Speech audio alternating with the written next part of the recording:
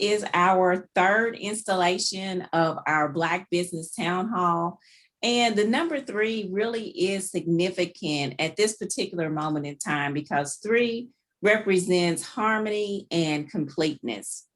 And as we all know, last week we watched and we saw the trial of Derek Chauvin and how he was convicted of the murder of George Floyd.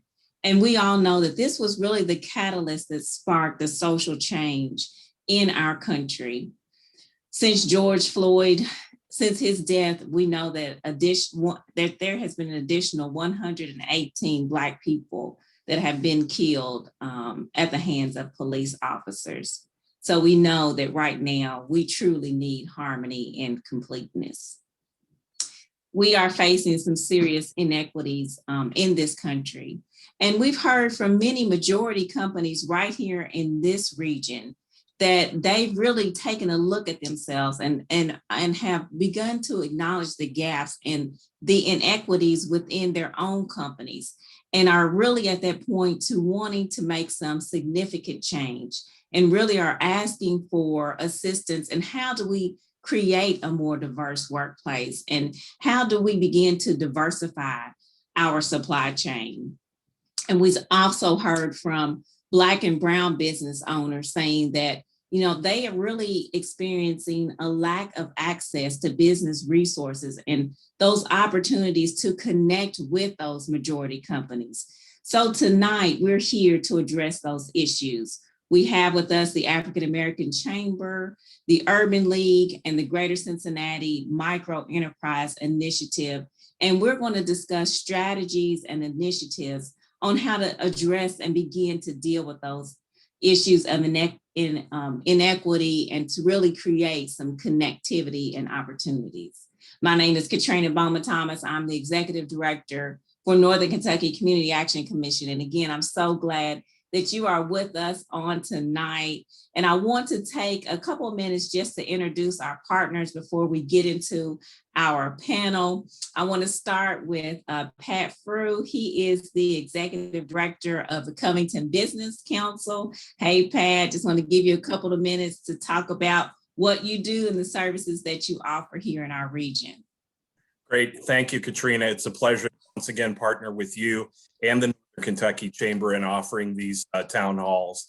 I know we've had a number of Black business owners that have benefited from a lot of the comments and a lot of the content in the previous weeks, and I know tonight will be no exception. We appreciate our facilitator and our panelists tonight. The Covington Business Council, it represents access, opportunity, and growth to all our members, about 400 members strong here in Covington. And, you know, we, like the Chamber, have been very motivated to help make our organizations more diverse. We've been able to recruit a lot of Black-owned businesses in the last several months, as well as representatives, you know, from women-owned businesses and the LGBTQ plus community. So we're excited to be working on this and working with you all to make this happen. CBC has over 100 networking events every year that help our members get connected and help them to grow their businesses. So I'd be delighted to talk to any African-American businesses that are present tonight and meet with them one-on-one to learn more how the CBC can be of benefit to them. And we again appreciate the opportunity to be part of this program tonight. Thanks much, Katrina.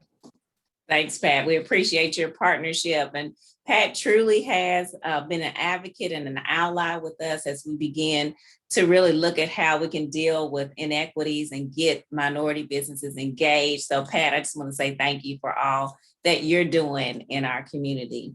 Next, we want to thank our other partner, introduced to Northern Kentucky Chamber of Commerce. We have Brent Cooper, the Executive Director with us, and then Chris Owens, one of their board members. Brent, thanks so much for being here with us on tonight. Thank you, Katrina, and thanks for your leadership on this. We really appreciate the NKCAC, and thanks to Pat and the CBC and all the partners. Just while I have the floor for a second, I got to shout out to Eric Kearney and the African American Chamber. We're really excited about that partnership this year, and Eric and I have sat on a number of meetings throughout this past year, and he's just such a wonderful guy to work with, and we're we're very excited for them to celebrate their 25th year this year. So very, very wonderful milestone. I'm going to let Chris Owens say some more about the chamber, but just for my part, I wanted to say, echo kind of Pat's comments about, we're here as a resource. We're here to make connections. We are working very hard to make sure that diversity, equity, inclusion is pervasive throughout the organization and throughout the community. That's part of what we're trying to do. And so it takes all of us together, and we're very excited to be a part of it. So with that, I will turn it over to one of our co-chairs of our Diversity, Equity, and Inclusion Committee, Chris Owens. Good evening. Thank you, Brent, for the introduction. My name is Chris Owens. I'm a risk advisor here in the Cincinnati, Northern Kentucky area for Taylor Oswald. We're a minority-owned risk management insurance firm. And as Brent mentioned, I am on board for the Northern Kentucky Chamber and co-chair of the DEI committee. We are essentially striving to help minority businesses get connected within the Northern Kentucky community with the members. So if you are interested in joining us to really expand DEI into Northern Kentucky, please reach out to Brent and myself. We're trying to really put together some fabulous and innovative ways for minorities to get more business in Northern Kentucky and to help that region grow and become more diverse and more inclusive. So exciting things and a lot of work, but we need everybody's help. So please look further into the chamber. Even Taylor Oswald, we're a member. We're also a member of the CBC. So they are both doing two great organizations doing fantastic things for African-American businesses and Hispanic. So like I said, please look further into it, and please don't hesitate to reach out to us to get more information. And Brent, I believe there's a bridge program too between Northern Kentucky Chamber and African American Chamber. Yeah, we have a program that we announced last year that if you join the Northern Kentucky Chamber, you can join the African American Chamber for $100 or vice versa. And so it's been very well received, and that's the kind of thing we're trying to do. We're trying to be innovative, trying to support one another, come together. So thanks for mentioning that. And again, couldn't happen without Eric Kearney, and I'm really excited for his partnership. And I also want to give a shout out also to the Talent Magnet Institute. I saw Mike Sipples on here, and that's another one. They've got some wonderful leadership programs, and it's all tied together on how we're trying to make this a better place. So thanks, Katrina. Appreciate it very much. Thank you. And that leads me right to my next introduction, Mike Sipple Jr. We met with him several weeks back and said, hey, we want to get this panel together. And so he was instrumental in bringing everyone together. So Mike, thank you so much for being here. Executive Director for Talent Magnet Institute. We're so glad you could be a part on tonight. Oh, Katrina, thank you, and Kareem and your entire team for all that you all are doing in our community. It's an honor as a board of directors member of the African American Chamber to be with all of you tonight. Thank you all for being here. And we too, as we mentioned, all of this group that's bringing tonight together are partners for a reason, right? We're trying to create a significant impact for businesses, African American business owners, leaders. Our firm also has a partnership with the Urban League, and that's called Executive Pathways. And we're also partners with the Talent Magnet Institute and the Northern Kentucky Chamber for leadership development. And how do we just continue to rise up a next generation of leaders in our community? And thank you all for being here this evening. Thank you. Thank you so much, Mike, and to the Chamber and to CBC. We so appreciate your partnership. And again, what we're all working to do together in this region. So without further ado, I am going to turn this over to our esteemed facilitator, Tracy Stokes. She is the director for fatherhood, our fatherhood initiative here at NKCAC. She is new to the organization, but she is not new to this work. So Tracy, the floor is yours. Thanks.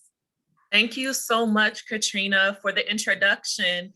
I want to say that I'm so excited to be a part of this conversation because, as you know, and as Katrina has said, that this is work that needs to be done in the region. And so I am so honored that I was asked to participate, not only because I'm a member of the NKCAC family, but I'm also an entrepreneur in the Northern Kentucky area. And so all of these resources I'm going to be learning right along with all of you entrepreneurs in the area. So I want to say welcome. And then I want to get into introducing our panel members, because I know this is what you're waiting for. So just imagine an imaginary drum roll and we're going to begin. So the first person that I want to, thank you, Katrina. The first person that I want to introduce is Mr. Eric Kearney. He serves as the president and CEO of the African American Chamber. He's had a career in law, business, and politics. And in addition to politics and law, he's been a leader in the business community for many years. He founded and built one of the largest African American owned publishing company, Sesh Communications, which publishes the Cincinnati Herald, the Northern Kentucky Herald, the Dayton Defender, and other publications. So welcome, Mr. Kearney. Our next panelist is Mr. Eddie Cohen. Mr. Cohen serves as the president and CEO for the Urban League of Greater Southwest Ohio, and he oversees daily day-to-day operations. The Urban League serves 1,600 Black, Brown, and women-owned businesses a year with total revenues over $7 billion and 60,000 employees. That's a mouthful. The Urban League of Greater Southwestern Ohio also serves as headquarters to the Small Business Development Center of Hamilton County, the Center for Social Justice, and the Partnering Center. So, Mr. Cohen, thank you for joining us today. And last but certainly not least, we have Mr. Willie Hill. He has served as the executive director at the Greater Cincinnati Micro Enterprise Initiative for 17 years and has served in the banking and finance industry for over 31 years. GCMI provides entrepreneurial education, small business development training, small business coaching and technical assistance, and access to capital with their micro lending program. So welcome, Mr. Hill. And so today, as Katrina said, I'm going to be facilitating the discussion. So what I'm going to do is just have a discussion. We're all friends here. And so if you have questions, think about it for the breakout session, and we're gonna go ahead and begin. Is that okay with everyone? So, Mr. Kearney, I'm going to direct this first question to you. You can call me Eric. That works. What'd you Eric. say? Just call me Eric. That works. Oh, okay, Eric. I know I'm older than you, but you don't have to like rub it in. It's okay. It's just respect. It's just respect. Yeah, Eric is great. Okay. So according to the Gray Group International, supporting Black businesses builds relationships and boosts community morale. There are currently 2.6 million Black-owned businesses in America, where 8 out of 10 fail in their first 18 months due to the lack of resources and funds. So my question is, what specifically can businesses in the region do to promote and encourage Black business growth in the region? Well, thank you very much for the question. First, let me say thank you very much for including me and for including the African American Chamber of Commerce. Katrina, you are a rock star. I mean, I don't know if everybody realizes that on both sides of the river, but they need to, because you're doing great work and you have a fabulous team, and it's really been my pleasure to get to know them. So to answer your question, first, I would say that people look down on failure, and in a business context, we really shouldn't, because it's a growth opportunity. And just because you failed at one business doesn't mean that you are a failure or that you won't be successful in another business. If you were to go to California, people out there don't touch a business person or invest in an enterprise unless the owners have failed, right? Because that teaches you resiliency. It shows that you're committed to an enterprise, and it gives you an opportunity to learn. So I would just say our mentality here, the way that we think about business opportunities and the people that lead them, just because you had a bad experience with one business situation doesn't make you a failure and doesn't mean that you won't be successful at your next one.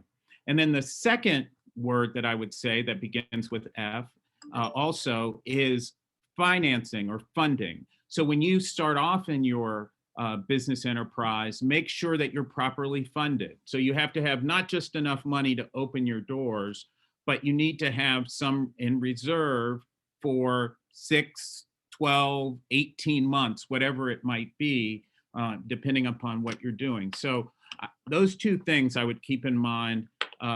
Failure isn't always bad, and make sure you have your funding together. Thank you so much, Eric. Either of the other panelists, do you have anything you would like to add to that?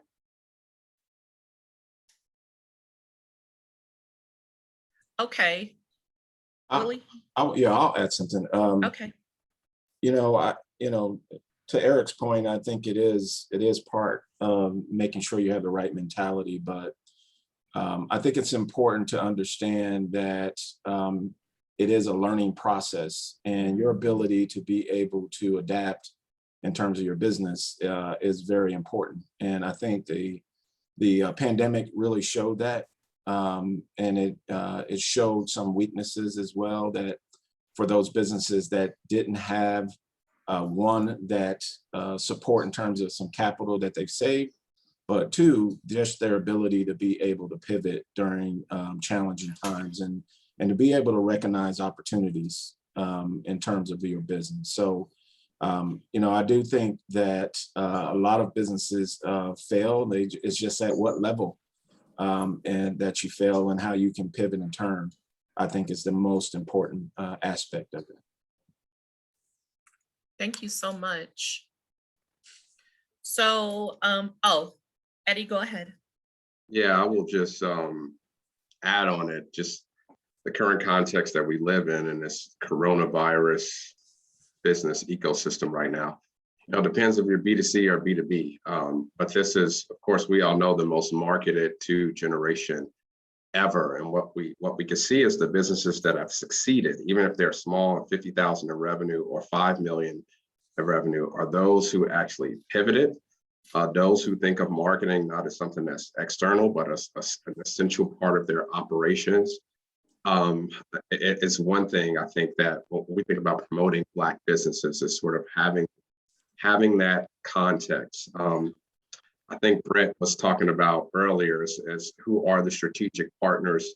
I think what doesn't get enough attention when it comes to Black businesses is actually like the procedural inequity, is what we're starting to call it at the Urban League. Yeah. It's actually the challenges of navigating all of the resources, right, in a way that makes sense from you. So we have a great partnership with the Black Chamber and with GCMI, and really 12 counselors that are saying, if you are having difficulties navigating the SBA, if you think, I don't have 3 years of financials and I only have a bank account, you can do something. What can you do? So it's really being persistent, and really, as Eric mentioned earlier, is recognizing like what is failure and what is just a part of the process of growth, or not right now. One of the things that Wanda does, who she's on the call right now, our director, where we run the Small Business Development Center of Hamilton County, is there's a ministry and the monster, right? And the ministry is the things that we like to do as a business. If you sell cupcakes, I love to talk about the efficacy and the process, how they taste, the quality of that product. But the monster is the stuff that Chris does, the taxes, the risk management, the P&L, the balance sheet, the insurance, that stuff, even if you're a $20,000 revenue businesses. And it's just really time. If last year taught us anything, it's really how do we prepare, even if we don't have a lot of revenue, that we stay afloat. So Eddie, I'll direct this next question to you, since you've kind of talked about support and marketing. And so it's often said that it takes a village to raise a child. And we all know that could be the same, that's the same thing we can say for supporting minority-owned and Black businesses. My question would be, what commitment can majority-owned businesses make today to promote the success of Black and minority-owned businesses?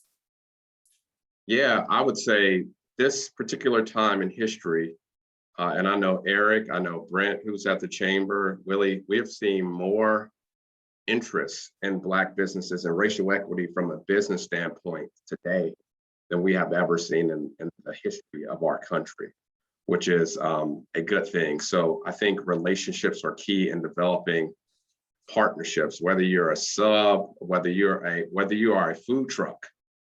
Now is the time. There's really, I feel like, a window of opportunity for Black businesses to have strategic partnerships. I think too, the majority businesses is really partnering with organizations that know where they are. When we look at over 90% to 95% of our businesses are solopreneurs or sole proprietorships with only employees that are in the home. There's an estimated over 15,000 businesses, Black businesses in the region. We touch a fraction of those, right? So it's really partnering with people like GCMI, folks who do great work like Mortar, who know where the full ecosystem of all of our businesses are. Those who make 50 million and those who make 100,000 a year in revenue is what I would advise for majority businesses. And then two, to think about extending, supplier diversity in your spend is something that you can do immediately. If it's a B2B piece, when you think about, it doesn't have to always be a multi-billion-dollar corporation like Kroger when we're talking about B2B. We could think about if you have a building, have you looked at a diverse supplier for your housekeeping or cleaning material needs, for your HVAC systems, for IT, which has a lot of strong support and diversity in the region. So it's really just challenging yourself. Every 5 years, we're all supposed to put out RFPs for all of our lines of work. But it's really saying, where's the opportunity? And set some reasonable goals for yourself. If we want to increase our spend, if we take an assessment and it's at 5%, what does it mean to get to 10%, over the next year? And I think once we really start to tackle those things, see, we're a civil rights organization and a business organization. We think that social justice and economic empowerment are intertwined, right? This is a way that you can give back as a business. You will impact the middle class and you will impact social capital for people in the community when you think about something as small as your spend. So Willie, I have a question that might be, that you might be able to help us with. So according to the Federal Reserve Bank of Cleveland, in 2016, the average wealth of households with a head identifying as Black was $140,000 per year, while for white-headed households was $901,000, nearly 6.5 times greater. Supportive Black businesses can increase the flow of wealth to Black families and Black communities. This helps to close the racial gap and the wage gap over time. What is your organization doing to address these gaps mentioned in the report? And does your business have funding in place to support the success of these Black and minority-owned businesses? All right. So it's a mouthful. Yeah, it was a mouthful, right? Part of what, you speak about our organization, and one of the things that we've always focused in on is serving those that are disadvantaged and are focusing on disadvantaged communities, individuals. We talked about mindset, and that's one of the key factors for us is to really help individuals understand the importance of what entrepreneurship can bring to the table. It doesn't mean developing entrepreneurial skill sets does not mean that you're opening a business all the time. It is about developing the problem solving and critical thinking that can help you solve problems in your life, professionally and personally, to be able to move yourself forward the way you desire. And a lot of times that, that is just not the case, and far too many times. And you think about the whole system, and we've been programmed to go to college, we've been programmed to get jobs and have careers, and we haven't been programmed to think entrepreneurially, to think about owning our own. One of the things that we really teach is that entrepreneurship is probably one thing that can change the asset side of someone's net worth, right? It is the one thing that can move the needle faster than any other way for individuals to create wealth for themselves. You know, a lot of the other ways are, or you know, being having to take on debt or having to do it on a gradual pace or slower pace. And entrepreneurship gives you that opportunity to be able to expedite that process. And it really is the one that affects the asset side of your net worth. So, and that's what we're pushing, and that's what we teach. And it's amazing once you build confidence in these potential business owners about their decision making in terms of thinking entrepreneurial, and how powerful that is and how infectious it is. And so, you know, I learned about entrepreneurship probably about 7, 8 years ago, to be honest with you, where I really understood it. Well, how important it is to be able to really help individuals grow in that space. And then when you ask about resources, there's never enough. And, you know, we don't have enough to be able to support the growth. And that's part of what all of us are so much more involved in right now, is really trying to identify resources, help build opportunities for our businesses through resources, similar to what, you know, Eric was a part of with, you know, the push grant, and how, you know, he and the African American Chamber of Mortar pushed to be able to support minority businesses and with relief grants. And Eddie also did this with the resiliency grant that we're working with now. But those are just starting points to me, and there's a far bigger need and a far bigger picture that we've got to start continue to push towards. So hopefully that answered your question. Sorry. It definitely did. Does anybody want to chime in? Yeah, Chime in? Can I jump in? So, Sure. so a couple of things that I want to say, like when we talk about support and, you know, organizations supporting Black businesses and organizations. So the Business Courier published a list, top 25 nonprofit organizations in Greater Cincinnati. That includes Ohio and Kentucky and Indiana, if I remember correctly. But none of them were Black-led. None of them were Black organizations.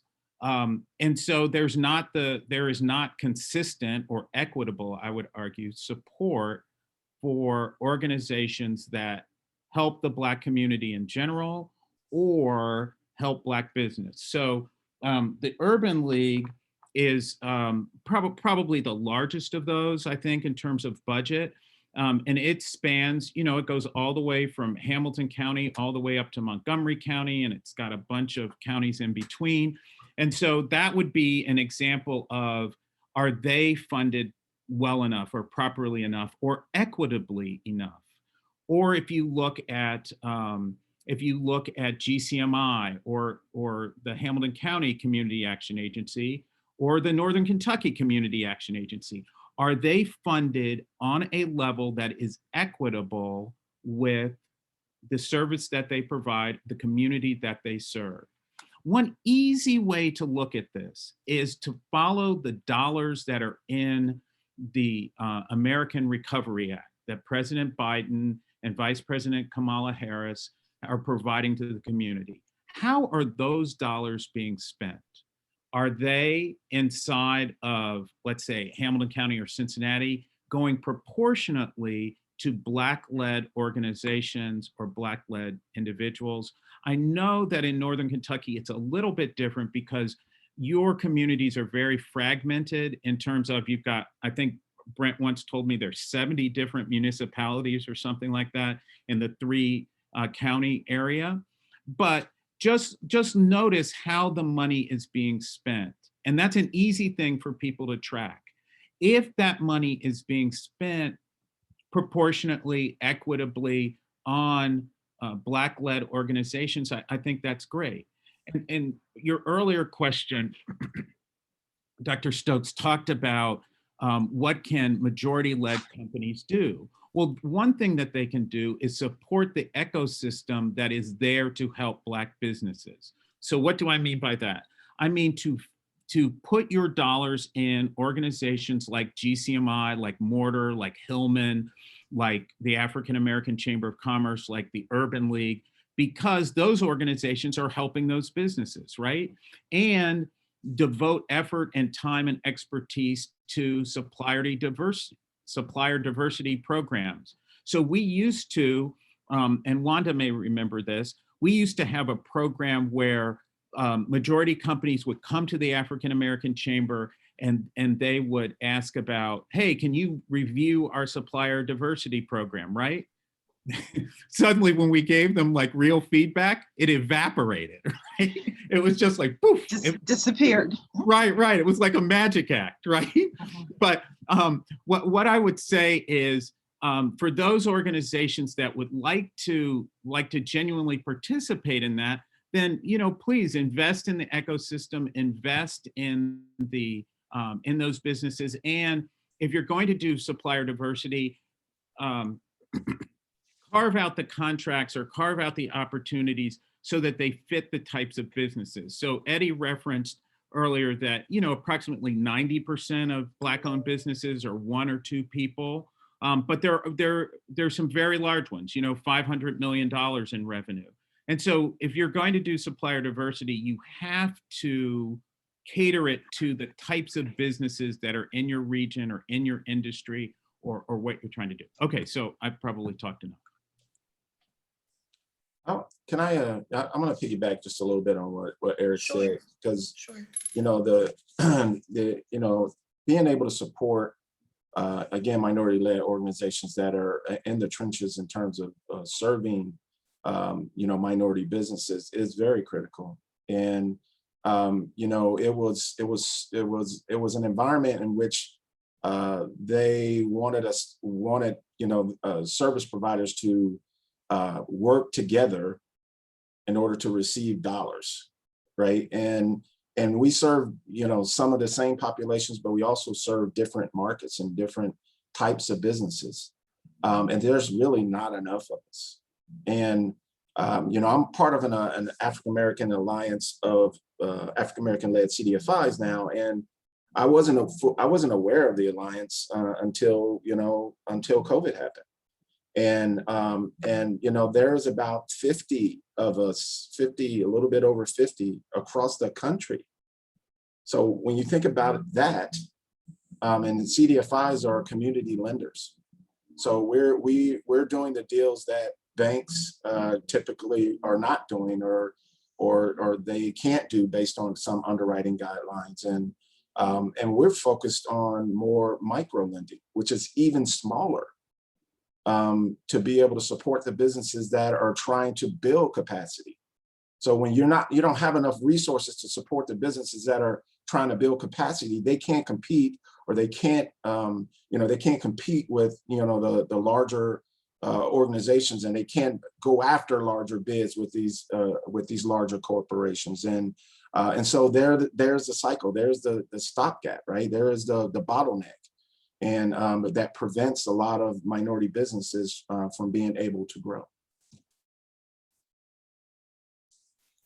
We do have some chatter in the chat. And so a lot of folks are saying, well, Brent said that connections are definitely key. And I know that the panelists all have talked about how connections really bring us together as a region, as organizations. And I can definitely say, I've heard Mortar Cincinnati mentioned numerous times, and I can say definitely that as a graduate of the Mortar program, they definitely taught me so much and, put me in contact with lots of community service grants. And so I would say definitely that, sowing seeds into those organizations will definitely assist with sowing seeds into the minority businesses we have in the region.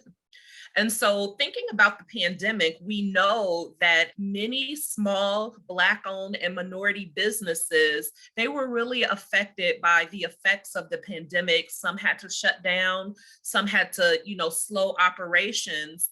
And we also know that some businesses were eligible and had the opportunity to apply for PPP and EDI loans. So in addition to those 2 resources, are there any other resources besides the ones that we've talked about that small business owners can readily apply for, or are there organizations or programs in place to assist small businesses with applying to get those PPP funds if they don't know how to do that. So does anyone want to tackle that question? I guess I'll start. Okay. You know, again, one of the things that I did mention was the fact that we were involved in being able to provide relief grants. And, you know, I think it's important that we really understand that these are only this is serving some gap support, right, for the loss of revenue that many businesses, encountered over this last year. And dollars being received, I think, need to have some technical assistance that goes along with it.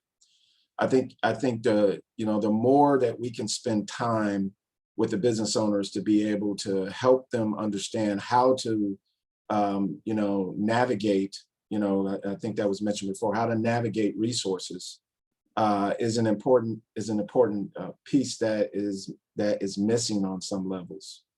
And the resources that are out there right now, they're starting to happen. I think Eddie mentioned, and Eric also did, just the fact that that more individuals are aware of the needs of minority businesses, but there are really the inequities associated that have prevented minority businesses from being able to grow. And so there are multiple things that are out there, from the SBA. There's funds for, revitalizing restaurants and food vendors. There's a shelter, those are offer venues. These things are starting to pop up to be able to help these businesses, but how do they understand, or where do they get the information from? And then once they get it, how they need help in being able to navigate it.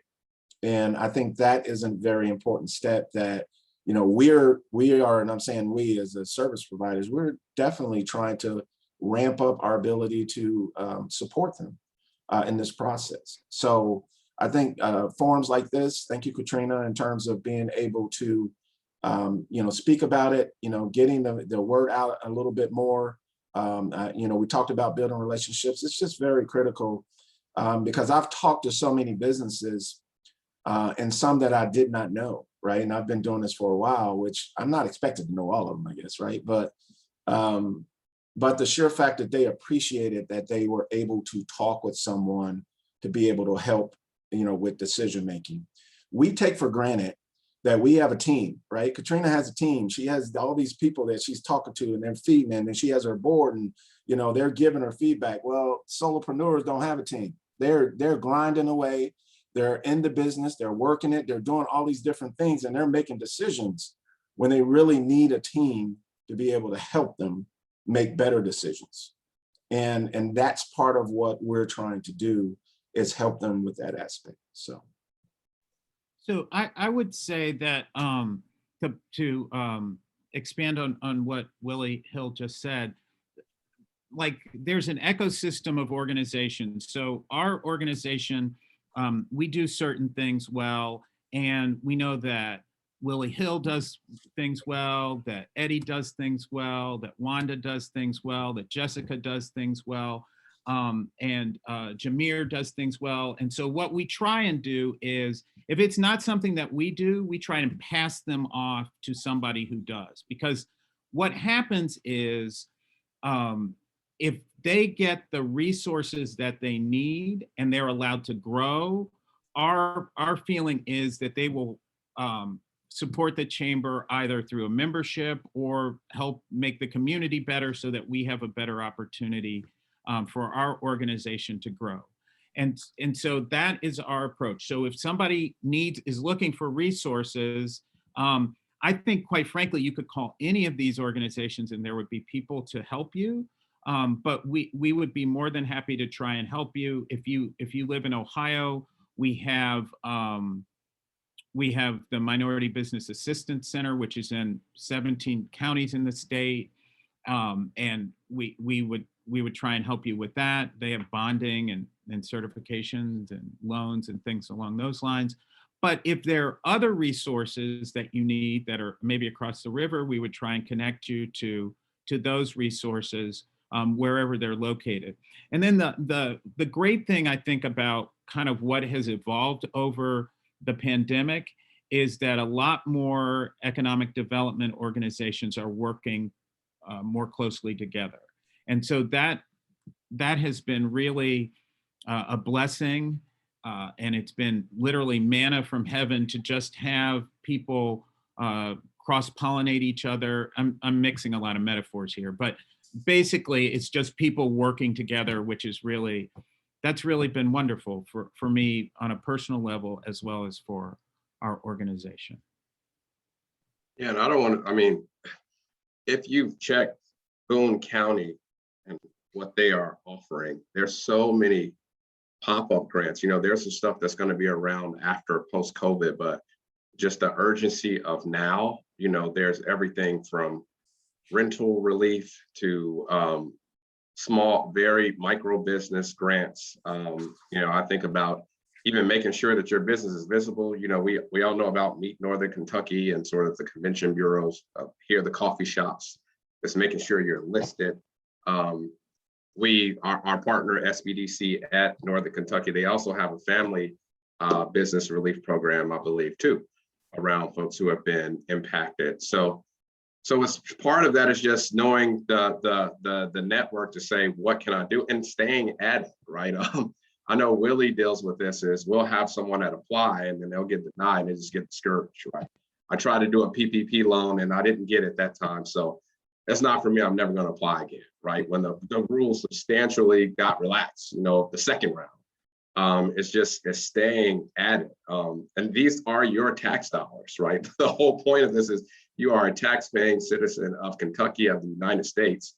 This is the grant dollars are made to stimulate and to help our businesses. So while you are, and we are underrepresented, I think, in just chambers, period, from our businesses. We're working, we're on the grind day to day. Even if you go to the free stuff, right? There's a ton of things that the chamber puts out, that the league puts out, that GCMI it's really hard, and all of us have been entrepreneurs. Willie, Eric, myself, right? It is hard to say, let me pull my head up and dedicate, you know, Saturday from 8 to 12 to say I'm going to work on the monster side of my business and grow, right? That's a really hard thing to do, but we have to. If we don't want to, I mean, seeing that 40% of firms disappeared after COVID was really the wake-up call. And so at least, even if you know no one, you have, you know, incredible organizations on this call right now, not only the panelists, but Mike Sipple, Brett, Katrina, who I echo is also a rock star, who are willing to help you to find the right place to plug into. Thank you so much for being a participant and just giving all of your knowledge and all of the nuggets for the entrepreneurs and business owners in the audience. And so I wanted to kind of pivot and kind of move towards breakout sessions, because I think it's about that time. Is that right, Katrina? Yeah, well, I wanted to, before we do that, Okay. get some of the questions in the chat. Can you? Okay. Yeah. So The first question I see, they're asking, are there any programs for small, large minority businesses who are publicly traded or can go public via IPO? Now that's way above anything I know anything about. Well, I think if you're, well, go ahead, Eddie. Go ahead. Yeah, absolutely. I mean, close, you have the Minority Business Accelerator, right? Right up the street, that's actually about to spin off and be a subsidiary of the USA Regional Chamber. That's all about, when you think about Black startups, and just, we're not even talking about Series A, Series B funded, of just, you know, the friends and family raise, just the angel, just woefully underfunded, even if they want to get past the first round. So that's something that you don't have to look in Northern Kentucky. There's the Black Angels.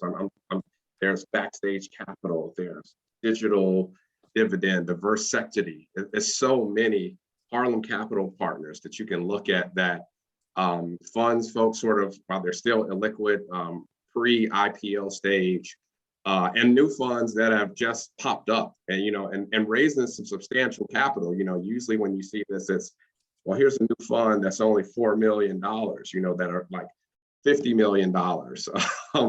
An initiative that Eric, myself, GCMI, and MBA, it's called Ascend 60, but it's really going to be with the region where we're trying to raise $40 million over the next 5 years to really do grants and sort of micro lending dollars and partner with organizations like the MBA for those who want to continue up the pipeline. If you're at the place where you say, I think I have, I'm ready to try to think about what does it take to go public. That's a whole different sector and subset of business, but I would argue there's actually more support for that type of model than it is for the smaller businesses that Willie is talking about. So happy to have a offline conversation about that. Yeah, and I just two things. One is there's a Hillman, Candace. She's great, and you can talk to her. There's 68, which is led by Kelly Jones out of Indianapolis, and she only invests in women, minority, and LGBTQ plus companies. And then there's Queen City Angels, so they can help as well. And I'm a member of QCA, but you don't have to be a member to take advantage of it. So the next question that I see is, when helping my clients find commercial real estate, one of the largest hurdles we run into is finding capital sources outside of going to the local bank. Do you know of more programs that offer minority and small businesses funds to help with build out and operating that you could speak to? Well, I think there are a couple of things that you can do if you're in that commercial real estate web. So there are investment groups around Cincinnati of African-American business people who invest in commercial real estate, and you can present to them and they might be interested. You could go to the CEO Roundtable, and they have done a number of investments in commercial real estate. And so there are opportunities there that you can take advantage of that are not, it's not going to a bank, or it's not a state program. I would, of course, we need a little bit more information on the businesses. Like, it's a little more difficult for startups to be able to find financing for, commercial real estate. But established businesses, I would always tell you to find local CDFIs that could possibly support, or at least the great part about it is that if they don't, again, they have other partners or are familiar with other resources that they might be able to point you to. So I would definitely start there with the CDFI, because their mission is to try to build communities. And again, if it's established business, it's a little bit more, but if you're talking about a startup, it's definitely going to be tougher, to be able to make that happen. But so. And so we have, go ahead. I just want to echo that Ella is on the call too. She's with ECDI, and I know they do some of that specific lending. Ella, I don't want to put you on the spot, but if you want to say something about that, you can pop on the screen if you want to, or you can drop a note in the chat. I think she did already put her contact information in there. But hey there. Hi there. Yes, ECDI is a micro lender for SBA. We can lend up to $500,000 toward a project for leasehold improvements, working capital, acquisition of a business, equipment, and inventory. And we're a non-traditional lender. That's what Willie was talking about, CDFI. We're non-traditional lenders. Our terms are not the same as a traditional bank overall. So we offer our program in Northern Kentucky as well as in Ohio as far as lending. And we also offer the technical assistance, and we are offering technical assistance to apply for the PPP loan application as well. And thank you for the opportunity just to comment. Thank you, Ella. You're welcome. So one of the questions from Rob Evans, he asked, what are the qualifications for a PPP loan? So I know there's quite a few, but is anyone? Go Yeah, ahead. essentially, so if you, even if you didn't apply for the first round, you can apply now. Essentially, you have to demonstrate 25% loss from 2019 to 2020, and that loss could be from the entire year, or it could be for a particular quarter, but it has to be the same quarter from the year before to be eligible for a loan. And it's great because you can pay up to, I believe, and Wanda, correct me if I'm wrong here, 70% of your payroll costs. So they essentially take your expenses and multiply by 2.5. As long as you keep good records, you have up to 5 years to get it forgiven. And we'll leave our information in there if you want to learn more about that. Deadline has been extended, but it's still, you got like a month left. Happy to help and get one of our counselors to help, for sure. And Eddie, that's 60% now. 60% now, gotcha. Thank you. And I would say the money's, you need to apply because the money's getting low. So, you know, so Yes. don't hesitate or don't wait, don't procrastinate.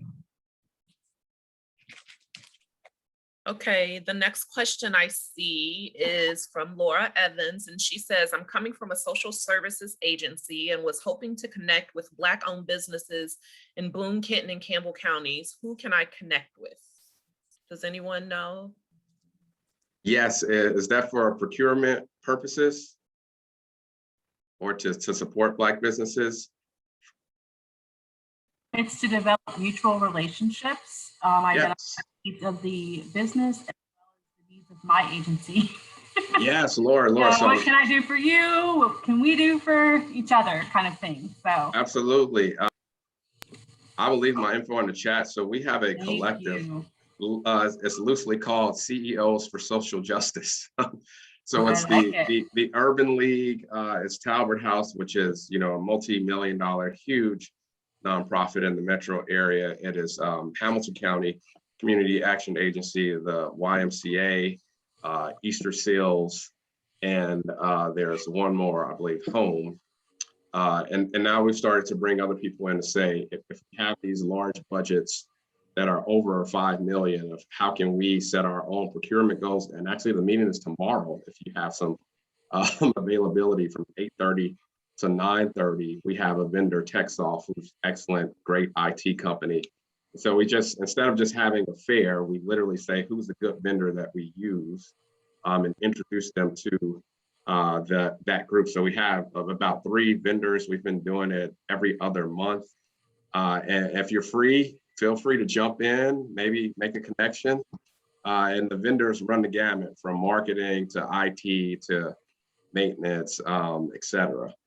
But the idea is so that social service organizations can start to set their own benchmarks. You know, we can't tell businesses you should do it and we have to spend, and we don't think about how we're consciously spending as well.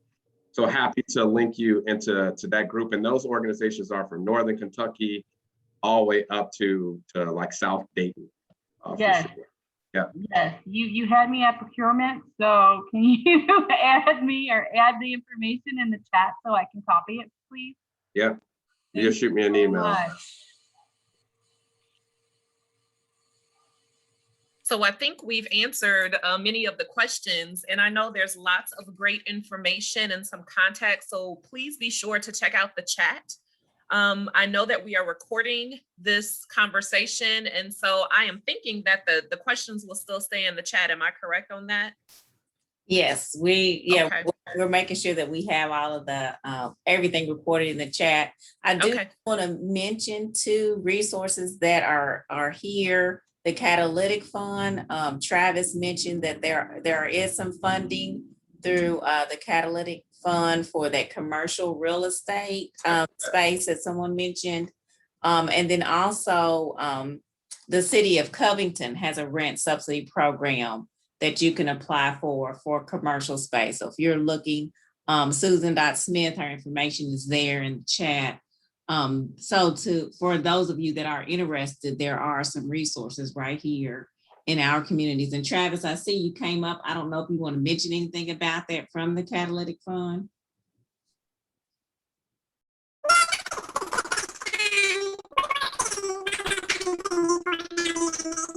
Travis, you got the mouse voice, Travis. Travis, I think you have a filter on. That's You got the awesome. There you go. Okay. I was like, hold on, wait a minute. That's what happens when you have kids. Right. Go ahead, Travis, go ahead.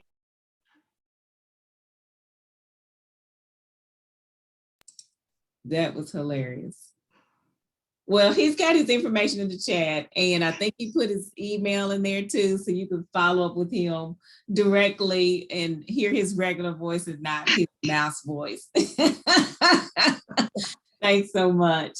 But you know, this is really what this is about, is making these connections, hearing about these resources. And then I think, as Eddie said, for us to really be diligent, or maybe even Eric, to really go after them and not get disappointed if the first place we go to isn't the right fit. There's a lot of different resources. And one thing that we do hope to do is really compile this information so it's in one place. Yeah, you know, like it's a lot of work being an entrepreneur, and you have to go here and go there and go there trying to find the information. So we want to work to try to put some of this information together. So as Tracy said, we are going to go into our breakout sessions. Rhonda is going to put those up. You can choose what session you want to go into. And so there will be one for the African American Chamber, one for the Urban League, one for Willie's organization. And so I think you just choose which one that you want to do. Rhonda, you want to tell people specifically how to do it? I'm seeing an invite, but I don't know if that's the one I want to go to. Okay, yeah, I assigned our moderators to their rooms. So Katrina and Jameer and Kareem, you should have been assigned to your room, but everyone else, I opened the room. So you should see an option there to join one of those 3 rooms. Okay, so if you see an option to join one of those rooms, if you'll go choose your room now, and we will go into those rooms. Thank you. Yeah, and if anyone's having difficulty, just stay in the main room and I'll talk to you and find out where you want to go, and I can assign you that way if you're having issues.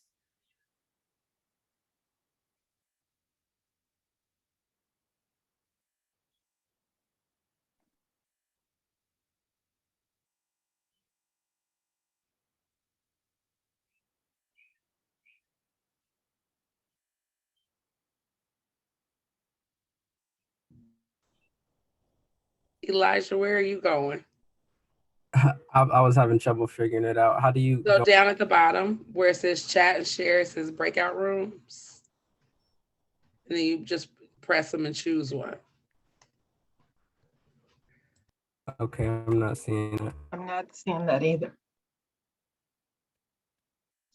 Okay, Elijah, I can assign you. Which room, where do you want to go? You can go to the African American Chamber, the Urban League, or Greater Cincinnati Micro Enterprise. Could I go to Urban League? Yes. This is Wanda Walker Smith. I'm supposed to be in the one with Eddie Cohen, which would be the Urban League. Okay, I will assign you there now. Thank you. Okay.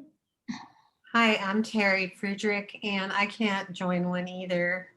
I'm on a Mac. I don't know if that has issue. Okay, yeah, which one would you like to go to?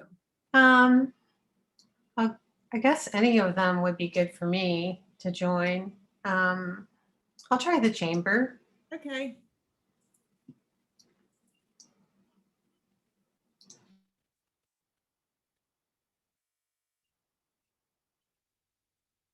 Laura or Ella, would you like me to assign you to a room? Yes. How about the Urban League? Okay.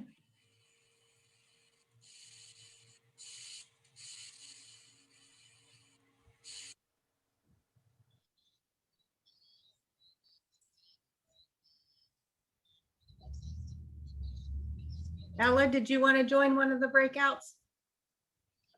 The Urban League? Okay, I will send you there now. Thank you. You're welcome.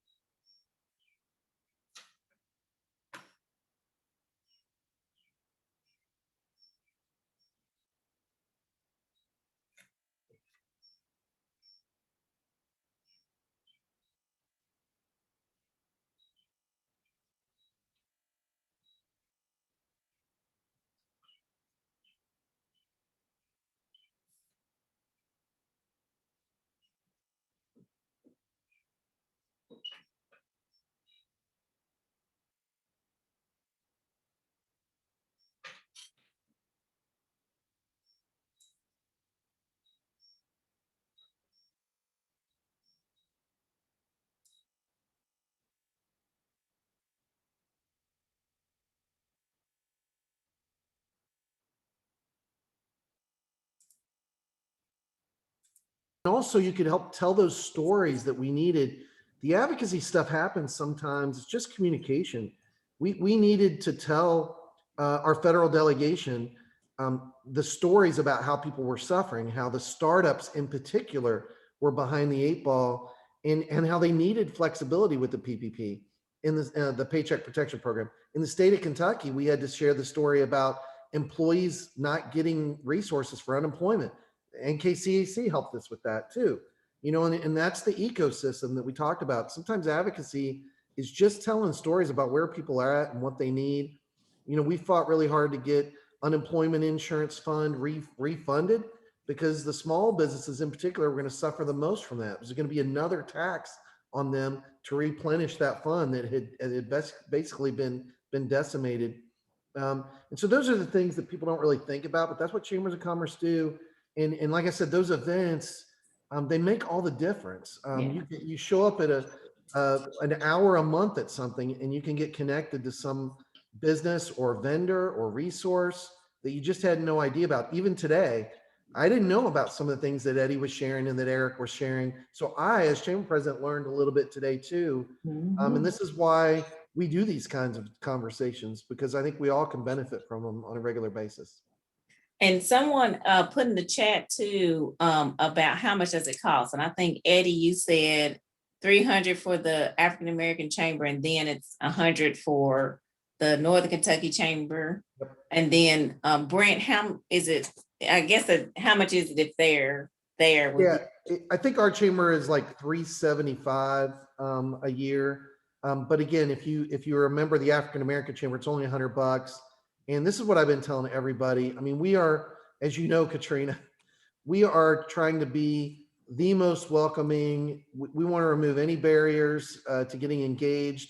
So, you know, call me, email, feel free to reach out. I'll put my my cell phone and my email address in the chat here. But truthfully, and I think I speak for Eric too. I mean, we really want people to get engaged. That's the key. It makes us stronger. It makes their businesses stronger.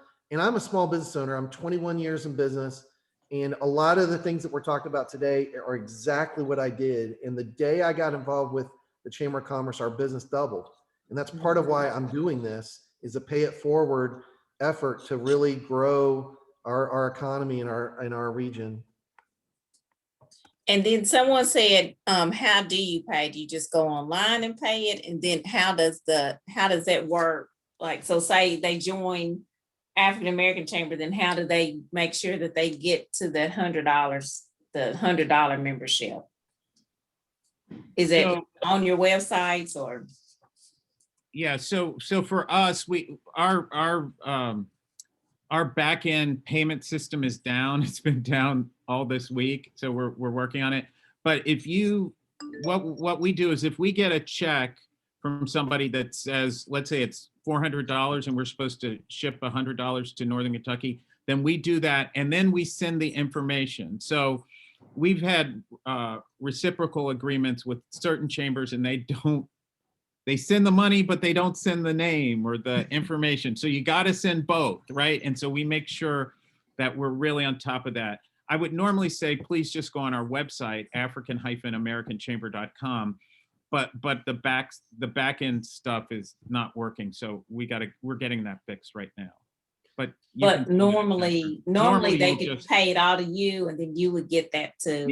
Yeah, that's how we've done it. But Brent, It's very similar. I mean, we would, I think there's a form that you fill out and it has your company name and contact information. And then we update our website with all the members.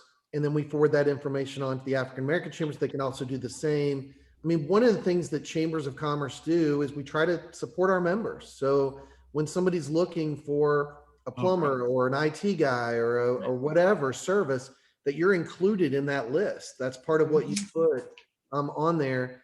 And so that's really the process. It's just filling out the form. Like you said, sending a check or credit card is fine. And then we forward it, trying to make it easy on everybody.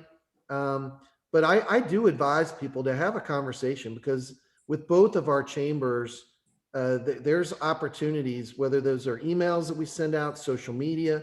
We're getting ready to get taken out of this room. We got like 5 seconds. I'm sorry. Oh, that's okay. But my time's up. Contact. Wow, we didn't even get to talk. We didn't even get to hear from them. I know. They said the time is up. Let's see if Rhonda makes us go. We'll stay here. And Katrina, that's not right. So I know. What are the businesses here? What I know. We want to know. Let's see. Let's try. Janetta, what is your business? Let's just see what happens.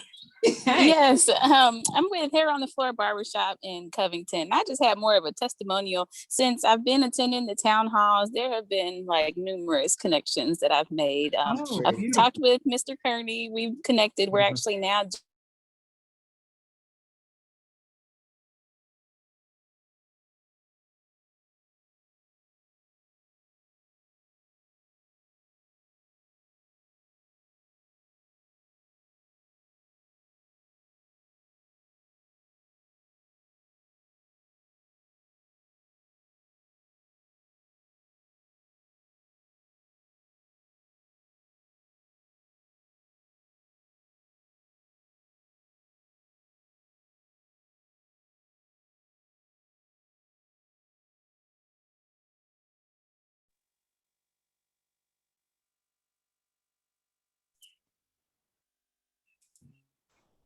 Well, we're all together again. Oh, there's somebody else. Yeah, the breakout rooms will be closing in about 22 seconds. Katrina's group was saying, we want to stay in. So I gave them a few extra seconds. But everybody will be joining back into the main room in about 10 seconds. Hi, Willie. You're on mute. Seen her somewhere before. Hey. What's up? How you doing? Good.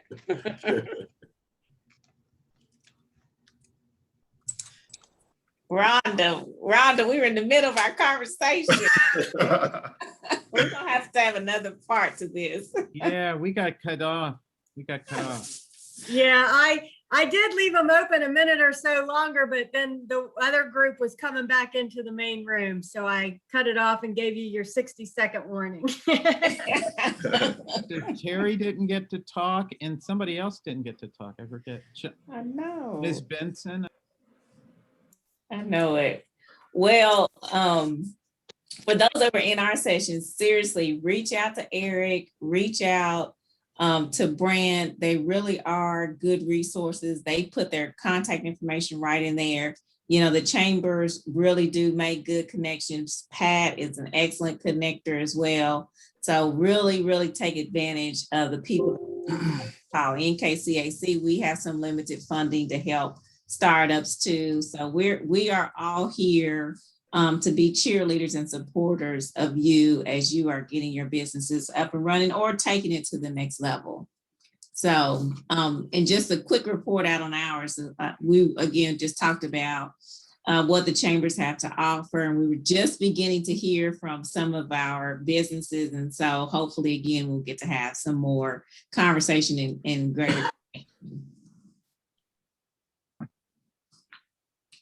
So I'll go ahead and go for our breakout session was with Willie Hill, and there was a lot of good conversation of kind of the pedagogy or the mentality behind actually when would be a good time to actually start your financial education, because for people who are thinking about procurement and things like that. And Willie was able to kind of say that it's not necessarily about the particular financial literacy, it's more about learning how to solve problems and to using, and hopefully I'm paraphrasing this in a way that Willie's going to be accepted, to make sure that you are solving problems and using funds to solve that problem and how to get those funds to help with that. Also, he said Willie's organization offers training to help small businesses kind of flush out their business idea, because people think that, okay, I want to do this business, but how do we make it work? How do we make it fruitful? How do we make it profitable? And so sometimes you have to, I think Willie actually mentioned that earlier in the conversation, that sometimes you need a team behind you. You need some people to kind of bounce things off you and work through that process, because it is a process. It's not just something that just happened. So that was it in a nutshell for our group.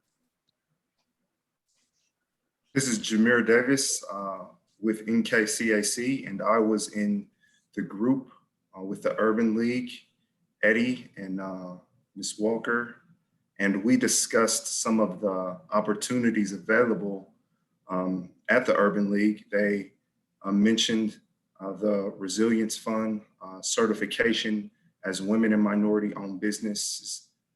They also talked about the supplier diversity initiative that they offer, and helping to educate Black and minority-owned businesses on the difference between PPP loans and grants, which is it's very important, because the loans you have to pay back, but the grants you don't. So for a small business, that can make a huge difference.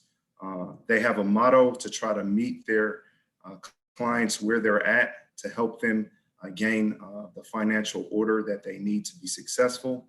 And coming up, they're offering a PPP loan forgiveness workshop to tell participants what they need to do in order to have the loans forgiven. So it was a great discussion, and so grateful that I could be a part of it. Thank you so much, Kareem, Katrina, and Jameer, for sharing what went on in all of the rooms. I wish I could have kind of went through and jumped in each of the conversations. I'm sure they were very rich, and I can't wait just to learn and follow up myself on some of the things that I've learned today. So I want to thank you so much, really, for joining us today, for participating in the conversation. As we close, I'm a poet, so I like to give just a little nugget. So there's a poem that I used to recite when I was a young adult, a teenager, and it was this: if you think you'll lose, you're lost. If you think you dare not, you don't. If you like to win, but you think you can't, it's almost a cinch that you won't. So that's not the entire poem, but I wanted to share that because you all, as entrepreneurs and as majority business owners and organizations, are doing a great job by just stepping out and letting people know what you need to do, what you need, and how you can support and help. And so that is what we need in this region in order to, number one, show Black and minority business owners that we are here to support. And then number two, it definitely demonstrates that representation matters.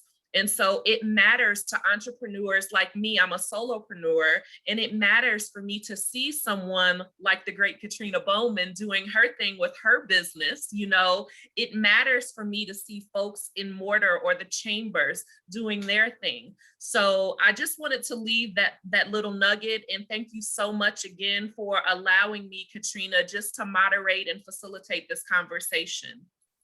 You did an excellent job, Tracy. Thank you so very much. Thank you to all of our panelists. But before we go, where is Kareem? Well, first of all, we want to thank Eric for giving away a membership to the African American Chamber on tonight. So Kareem.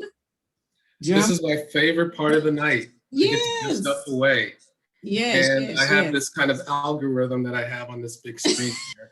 And so the African American Chamber membership goes to Bespoke Camping. I think they're still Yay. Yes, Yeah. I am still here. Good. Okay, so I do have your contact information, and I will be contacting you and putting you into contact with Eric and his people to kind of facilitate that. Thank Yay. you. Wait, is this I think I need to connect with you. I read about it. Oh my gosh. I know, I did too. It's like an essence. Remember, it was an essence. Yeah. We're like, like, oh, we're gonna this do is a right Black here. campaign video with them. I need to connect. Okay, Kareem. We got Bespoke, one more. We'll match it with the NKY Chamber. So free membership to ours as well. So there you go. Yay.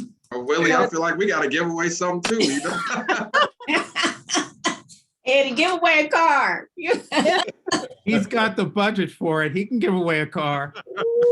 And you know, Willie Hill he's a great basketball coach, so he could give away basketball lessons. Oh, Look, man. I want that. See, one of my players are on here too, so I don't know. See, Jared. Very nice. We got one more thing, and this is even more fun because we get to give away money.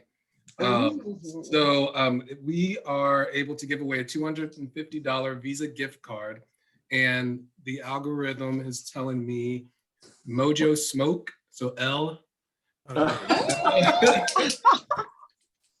So she is getting the $250 gift card. Wow, thank you. You're very, very welcome. And so I've got your contact information. So I will be contacting you and facilitating dropping that off. All right, thank you. So I have to say, I'm glad that Elle won because Kareem, when you said $250, I saw Elle's eyes get real big and her face lit up. So I'm glad you're the one that won. I'm trying to figure out how come we didn't get in the draw. That's all. Well, thank you all so much. Congratulations, Elle, on that 250. Like Kareem said, he'll get back with you. Thank you all so much for being here on tonight. Pat, Brand, any closing remarks you guys want to make really quickly? No, I thought it was wonderful. And thanks, Pat and Katrina. Thanks again. You are a rock star. Oh, and to Eddie and Eric and everybody, all the speakers, just wonderful job. And I learned a lot too. So thank you so much for tonight. And I know I speak for Brand, contact each of us. Let us know if there's a way we can be helpful to you. We want to provide connections. We want to provide access to resources that can help you grow your businesses. Thank you both, Pat and Brent. We appreciate your partnership. Eddie, Eric, Willie, thank you guys so much for being here. The men are holding it down. I love it. I love it. The men are holding it down. Any last comments from any of you all? Again, we just so appreciate the wealth of knowledge that you shared with us on tonight. Well, I just wanted to, and I mean this sincerely, you really are a rock star. I mean, you're doing really great things in Northern Kentucky. And my hope is that more people in the region will get to know about you and hear about the work that you're doing. I should also say that Willie does a fabulous job. I mean, he has led the back office operations for a lot of grants and loans in this community. And he's just been very valuable. So this whole epidemic, we've lost a lot of businesses, but we would have lost probably twice as many more had it not been the work of Willie Hill. And so he is absolutely fabulous. And then I have to say that Eddie has really energized the Urban League. Now, the past two presidents before Eddie got there were very good friends of mine, and they're absolutely great leaders in their own right. But I think Eddie has done a great job and is really doing some spectacular things. So I want to make sure that I recognize his work and all the great things that he is doing and will continue to do, not only in Cincinnati, but also in the Miami Valley. And Brent has been a wonderful partner. I really cannot say enough about him. And I say, and I've said this publicly before, but he is the best chamber president in this region. And I put myself in that category, being somebody who is running second place to him. So he really does a great job, and you're very lucky to have him. I don't know if Mike is still on, but Mike is doing great work as well, and he's really fabulous. So thank you very, very much for including me, and it's really been my honor and pleasure to be with all of you tonight. Thank you, sir. Please reach out. I already got an email from Elijah. Please. Love it. Hope we want to connect with you for sure. That's it. Thank you. I just want to echo the same thing, like, definitely working with Eric and with Eddie has definitely been very positive for us, especially for this greater Cincinnati community. Those guys are go-getters, and and I really appreciate their leadership as well. And thank you, Katrina, for the work that you're doing, and thanks, Kareem, too. I appreciate it. And the one thing I'll leave you with is something that I try to do. So it's just to sometimes just stop in a minority-led business or own business and just stop in and talk to them. Especially if you're a service provider or anything, just stop in and check in. A lot of times, sometimes that they just need to hear a check-in. Because their circles, and I'll use this, that sometimes their circles are small, and we need to help them expand their circles. And it's about relationships, and that was from the RIP. I think somebody talked about that, like building relationships and stopping in and just checking in, and doesn't have to have, doesn't need anything, doesn't take anything, but just to have a conversation. So thanks.